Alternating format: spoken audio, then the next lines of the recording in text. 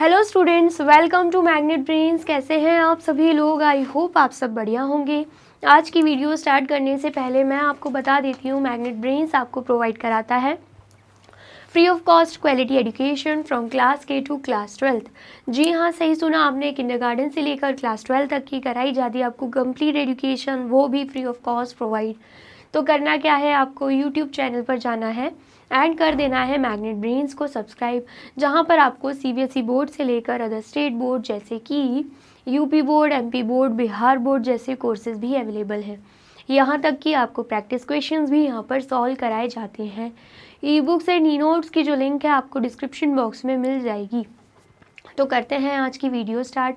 मेरा नाम है हशमित कौर एंड मैं हूं आपकी मैथ्स फैकल्टी। तो आज हम क्या पढ़ने वाले हैं? आज हम पढ़ेंगे चैप्टर 12, जिसका नाम क्या है, रेशियो एंड प्रोपोर्शन।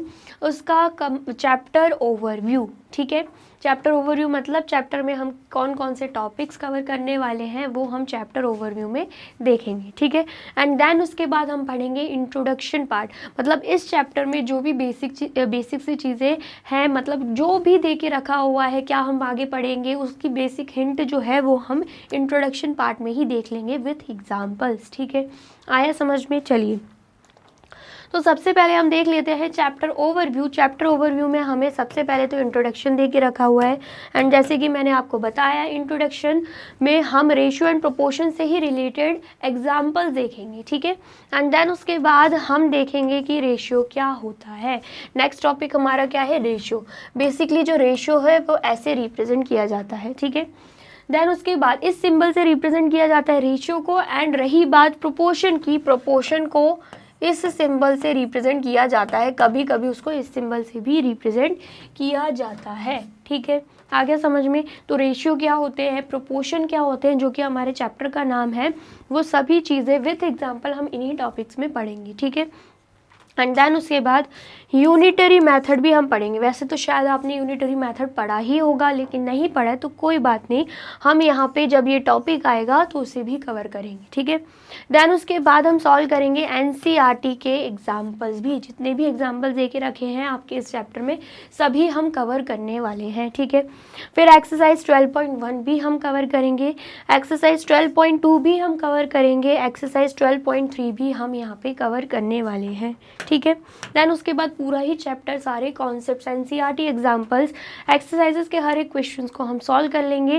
देन फिर हम क्या करेंगे, मल्टीपल चॉइस क्वेश्चंस। जैसे कि आपको पता है हर चैप्टर के बाद मैं आपको एमसीक्यूज करवाती हूँ, जो कि एग्जामिनर आपसे एग्जाम में एक एक मार्क्स के लिए पूछ सकता है। तो इस चैप्टर में भी हम वो चीज़ कंटिन्यू करेंगे। ठीक है, एंड देन उसके बाद हम सॉल्व करेंगे मोस्ट इंपॉर्टेंट क्वेश्चंस जो आपके एग्जाम में आ सकते हैं। ठीक है, पूरा चैप्टर हो जाएगा, एमसीक्यूज एमआईक्यूज भी हो जाएंगे। फिर हम आपके लिए लेकर आएंगे कंप्लीट चैप्टर रिवीजन।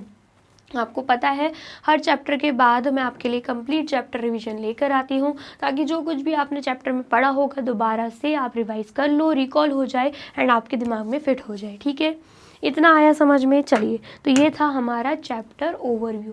और वीडियो अच्छी लग रही है तो आपको क्या करना है, जल्दी से वीडियो को लाइक, कमेंट एंड शेयर कर देना है। ठीक है, चलिए नेक्स्ट हम देख लेते हैं इंट्रोडक्शन।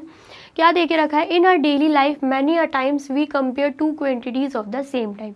बोला जा रहा है कि हमारी डेली लाइफ में कई बार हम क्या करते हैं, कंपेयर करते हैं दो क्वांटिटीज को, वो भी सेम टाइप की। फॉर एग्जाम्पल आपने अपनी क्लास में ही देखा होगा, जब भी कोई एग्ज़ाम होता है, एग्ज़ाम के मार्क्स मिलते हैं, तो बेसिकली ये टॉपर्स लोग या फ्रेंड्स लोग कंपेयर करते हैं, बता बता तेरे कितने मार्क्स आए, मेरे तो 50 मार्क्स आए हैं, तेरे 49 आए, ऐसे करके क्या करते हैं, कंपेयर करते हैं, इसके ज़्यादा आए, इसके कम आए, मेरे इतने आए, तेरे इतने आए, मेरे तेरे से 5 मार्क्स ज़्यादा हैं।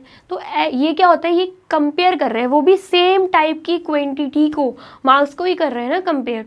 ऐसा तो है नहीं कि सामने वाले से आप पूछ रहे हो कि मार्क्स कितने आए, वो बोल रहा है कि 50 मार्क्स आए हैं मेरे, तो वो आपसे पूछ रहा है तो आप बता रहे हो मेरा तो 55 kg वजन है, वेट बता रहे हो अपना। ये क्या हो जाएगा, डिफरेंट क्वांटिटीज़ को आप कंपेयर कर रहे हो। तो ये चीज़ें नहीं करना है, मार्क्स के साथ मार्क्स को ही कंपेयर करना है। तो यहाँ पे क्या दे के रखा हुआ है कि हम कई बार अपनी डेली लाइफ में देखते हैं कि दो चीज़ें कंपेयर हो रही होती हैं। इनफैक्ट आप जब छोटे होते हो, अभी तो आप नहीं करते होगे ऐसा, जब छोटे होते हो तो ऐसा भी आप कंपेयर करते हो, स्किन कलर देख मेरा ज़्यादा गोरा है, ये सब चीज़ें क्या है, कंपेयर करना ही है, ठीक है।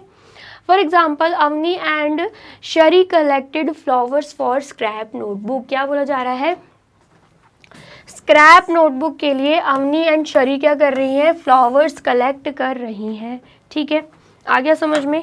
देन उसके बाद अवनी कलेक्टेड 30 फ्लावर्स एंड शरी कलेक्टेड 45 फ्लावर्स। अवनी ने 30 फ्लावर्स कलेक्ट किए एंड शरी ने 45 फ्लावर्स कलेक्ट किए। सो वी में से that Shari collected 45 minus 30 is equal to 15 flowers more than Avni. सबसे पहले तो अगर हम अवनी की बात करते हैं तो अवनी ने कितने फ्लावर्स कलेक्ट किए हैं, 30 फ्लावर्स। देन उसके बाद अगर हम शरी की बात करते हैं, शरी ने कितने फ्लावर्स कलेक्ट किए हैं, 45 फ्लावर्स। तो अगर हम कंपेयर करते हैं, हमें इतना तो समझ आ रहा है 30 एंड 45 में से 45 ज़्यादा है, मतलब शरी ने ज़्यादा फ्लावर्स कलेक्ट किए हैं। लेकिन क्वेश्चन में अगर ये पूछा गया कि बताइए कितने ज़्यादा फ्लावर्स कलेक्ट किए हैं, तो उस केस में हमें क्या करना पड़ेगा, 45 माइनस 30 करना होगा। तो हमारा आंसर क्या आएगा, 15। क्या आएगा आंसर, 15। इसका मतलब क्या है, शरी ने 15 फ्लावर ज़्यादा कलेक्ट किए हैं, वो भी अवनी से, ठीक है। इतना आया समझ में, चलिए। Also, if height of Rahim is 150 centimeter and that of Avni is 140 centimeter, then we may say that the height of Rahim is 150 centimeter minus 140 centimeter is equal to 10 centimeter more than Avni। अब बोला जा रहा है, यहाँ पर तो flowers की बात हो रही थी, अब हम बात कर लेते हैं हाइट की। किसकी बात कर रहे हैं हम, हाइट की। तो अगर हम बात करते हैं रहीम की, रहीम की हाइट कितनी है, रहीम की हाइट है 150 सेंटीमीटर, ठीक है। और अगर हम बात करते हैं अवनी की,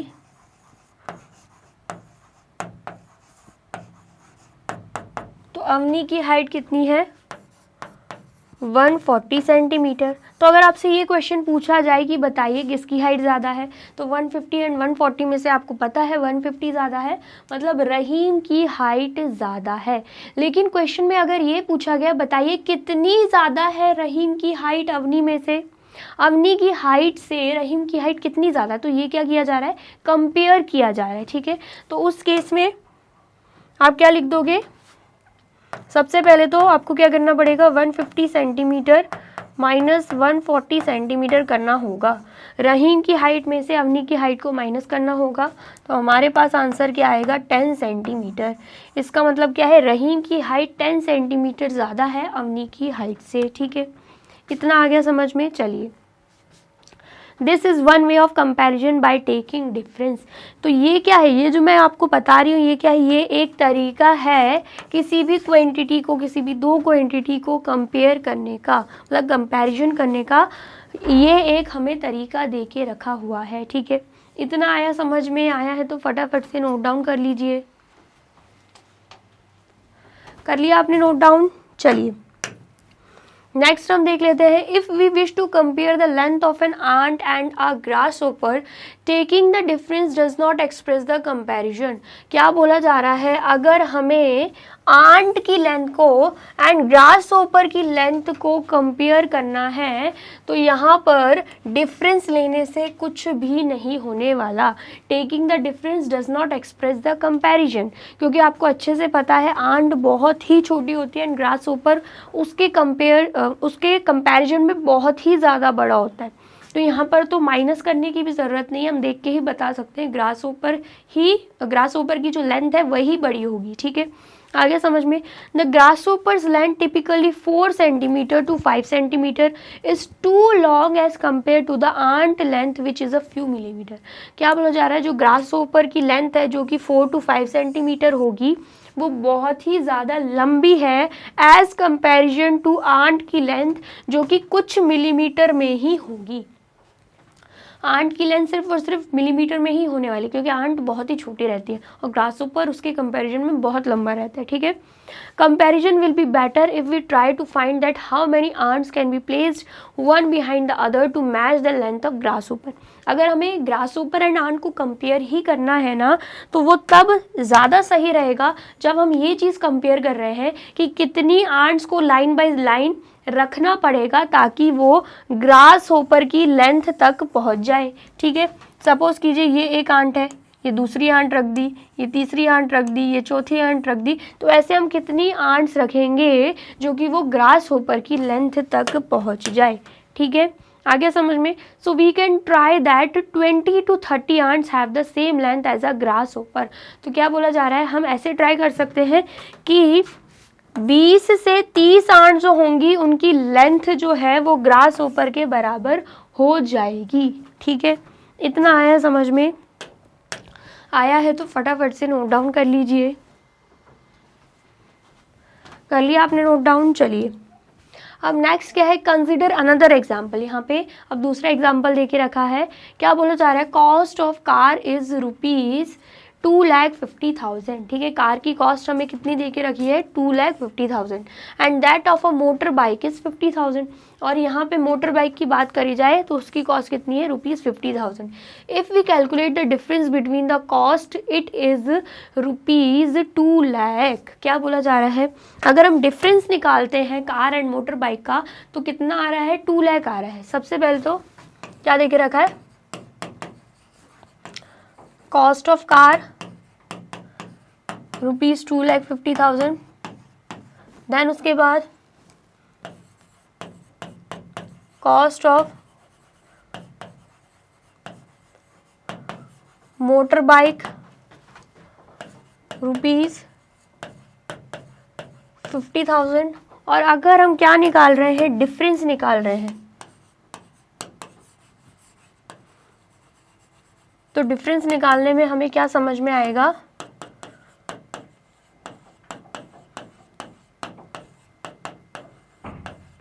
$2,50,000 माइनस 50,000 करेंगे तो डिफरेंस क्या आ रहा है, 2 लाख आ रहा है। इसका मतलब क्या है, इसका मतलब ये है कि कार की कॉस्ट 2 लाख ज़्यादा है as comparison to cost of motor bike, ठीक है। इतना आया समझ में?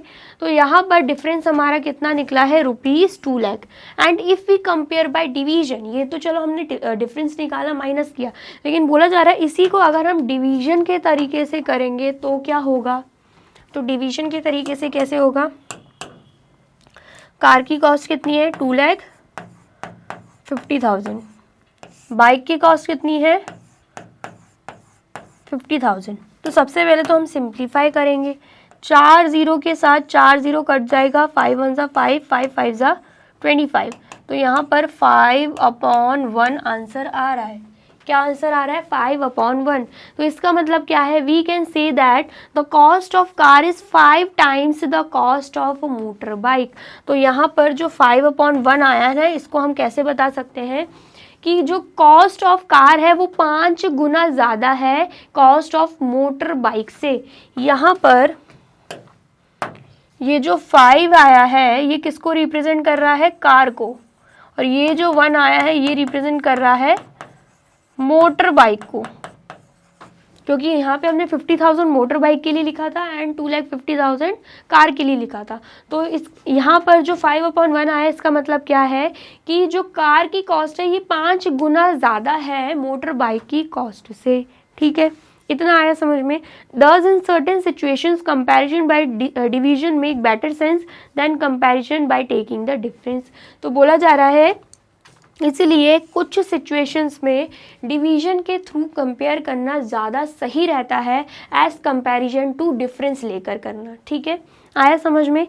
The comparison by division is the ratio. तो जब हम डिवीजन के थ्रू कंपेयर करते हैं उसे ही हम क्या बोलते हैं, रेशियो बोलते हैं, ठीक है। तो यहाँ पर जो हमने डिवीजन के थ्रू कंपेयर किया है, ये जो डिवीजन के थ्रू कंपेयर किया है उसे हम क्या बोलेंगे, रेशियो बोल देंगे। Comparison by division is called ratio. जब हम डिफरेंस लेके कंपेयर कर रहे हैं उसको रेशियो नहीं बोला जाएगा, जब हम डिवीजन लेके कंपेयर कर रहे हैं उसको रेशियो बोला जाता है। यहाँ पर जो 5/1 है ना, इसे हम रेशियो में कैसे लिखते हैं, 5:1। ठीक है, इतना है समझ में। चलिए, तो यहाँ तक हमने पढ़ लिया। In the next section we shall learn more about ratios. Ratios के बारे में हम नेक्स्ट लेक्चर में देखेंगे। ठीक है, आ गया समझ में? आया है तो फटाफट से नोट डाउन कर लीजिए। कर लिया आपने नोट डाउन? चलिए, तो यहाँ पे होती है हमारी वीडियो कंप्लीट। आई होप आपको वीडियो अच्छी लगी है एंड समझ में आई है। वीडियो अगर अच्छी लगी है तो फटाफट से वीडियो को लाइक, कमेंट एंड शेयर कर दीजिए एंड देन फिर जाइए यूट्यूब चैनल पर एंड कर दीजिए मैग्नेट ब्रेन्स को सब्सक्राइब। ये रही हमारी एप्लीकेशन, ये रही हमारी वेबसाइट एंड ये रहे हमारे टॉप कोर्सेज जो आपको प्रोवाइड कराते हैं free of cost quality education. E books and e notes की जो लिंक है आपको डिस्क्रिप्शन बॉक्स में मिल जाएगी। एंड ये रहे हमारे अदर सोशल मीडिया प्लेटफॉर्म जैसे कि YouTube, Facebook, Instagram, WhatsApp, Twitter. आप इन पे भी जाके विजिट कर सकते हैं एंड कर सकते हैं मैग्नेट ब्रेन्स को फॉलो। अब इससे नेक्स्ट वीडियो में मैं आपको क्या पढ़ाने वाली हूँ ये जानने के लिए करना क्या होगा, यूट्यूब चैनल पर जाके कर देना होगा मैग्नेट ब्रेन्स को subscribe. Thank you so much.